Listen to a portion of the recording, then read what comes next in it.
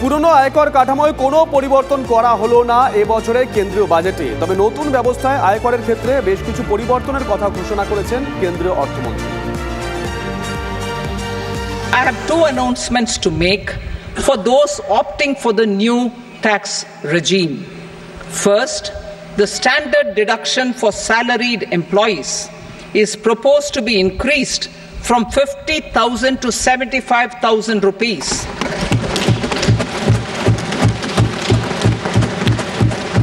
Similarly, deduction on family pension for pensioners is proposed to be enhanced from 15,000 to 25,000 rupees.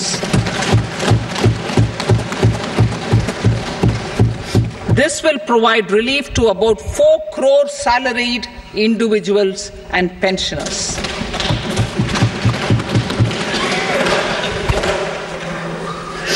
Second, in the new tax regime, the tax rate structure is proposed to be revised as follows. 0 to 3 lakh rupees, nil. 3 to 7 lakh rupees, 5%. 7 to 10 lakh rupees, 10%. 10 to 12 lakh rupees, 15%. 12 to 15 lakh rupees, 20%. And above 15 lakh rupees, 30%.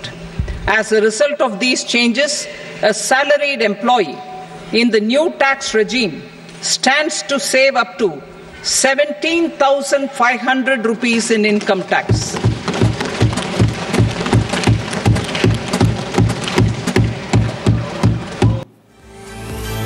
যাদের জন্য এই বাজেটের পর সেই আমজনতার সঙ্গে আমরা কথা বলেছিলাম, শুনুন তাদের বক্তব্য। আগে তো যেমন বলেছিল যে আমরা যেটা বাড়াবো, সেটাকে এখন অব্দি বাড়ানোই হয়নি। যেটা 5 লাখ পর্যন্ত ছিল, 5 লাখই রেখে দেওয়া হয়েছে। যে ডিডাকশনটা বাড়িয়েছে, ডিডাকশন সামান্য বাড়িয়েছে, ওটাতে খুব একটা এফেক্ট হবে বলে মনে হয় না। ওটা আরও বাড়ানো উচিত ছিল। স্যালারি হোল্ডারদের নিউ ট্যাক্স রিজিমে 50,000 থেকে স্ট্যান্ডার্ড ডিডাকশন 75 করেছে। নিউ রিজিমে ট্যাক্সের স্ল্যাবেরও চেঞ্জ হয়েছে, তার ফলে 17,500 টাকা কম হবে। আর ওল্ড রিজিমে কোনো চেঞ্জ হয়নি। প্রধানমন্ত্রী আবাস যোজনায় আরও 3 কোটি বাড়ি দেওয়ার ঘোষণা করল মোদী সরকার। এর মধ্যে 2 কোটি বাড়ি বরাদ্দ গ্রামীণ এলাকার জন্য। শহুরে মধ্যবিত্ত ও গরিব পরিবারের জন্য বরাদ্দ 1 কোটি বাড়ি।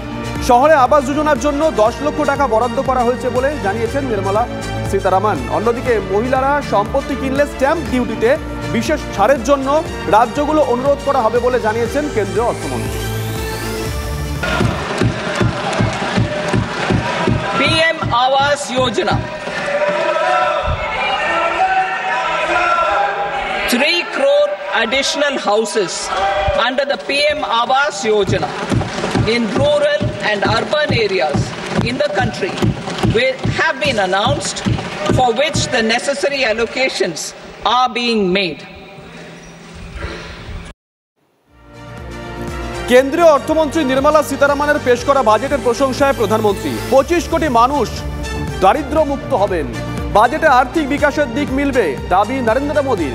বাজেটে মহিলা, দলিত, কৃষি, কর্মসংস্থানে জোর দেওয়া হয়েছে। মধ্যবিত্তদের আরো মজবুত করবে এই বাজেট, মন্তব্য দেশের প্রধানমন্ত্রী। ये बजट समाज के हर वर्ग को शक्ति देने वाला बजट है। ये मिडिल क्लास को नई ताकत देने वाला बजट है। जनजातीय समाज, दलित, पिछड़ों को सशक्त करने की मजबूत योजनाओं के साथ आया है। इस बजट से महिलाओं की आर्थिक भागीदारी सुनिश्चित करने में मदद मिलेगी। बजट में मैन्युफैक्चरिंग पर भी बल है, इंफ्रास्ट्रक्चर पर भी बल है। इससे आर्थिक विकास को नई गति मिलेगी और गति को भी निरंतरता मिलेगी। বাজেটে বাংলাকে বঞ্চনার অভিযোগে সরব মুখ্যমন্ত্রী। বললেন এই বাজেট পক্ষপাত দুষ্ট, জনগণের বাজেট নয়। একটা পার্টি নিজেদের খুশি করতেই বাজেট করেছে।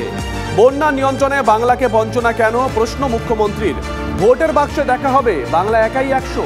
কেন্দ্রীয় বাজেট নিয়ে বললেন মমতা বন্দ্যোপাধ্যায়।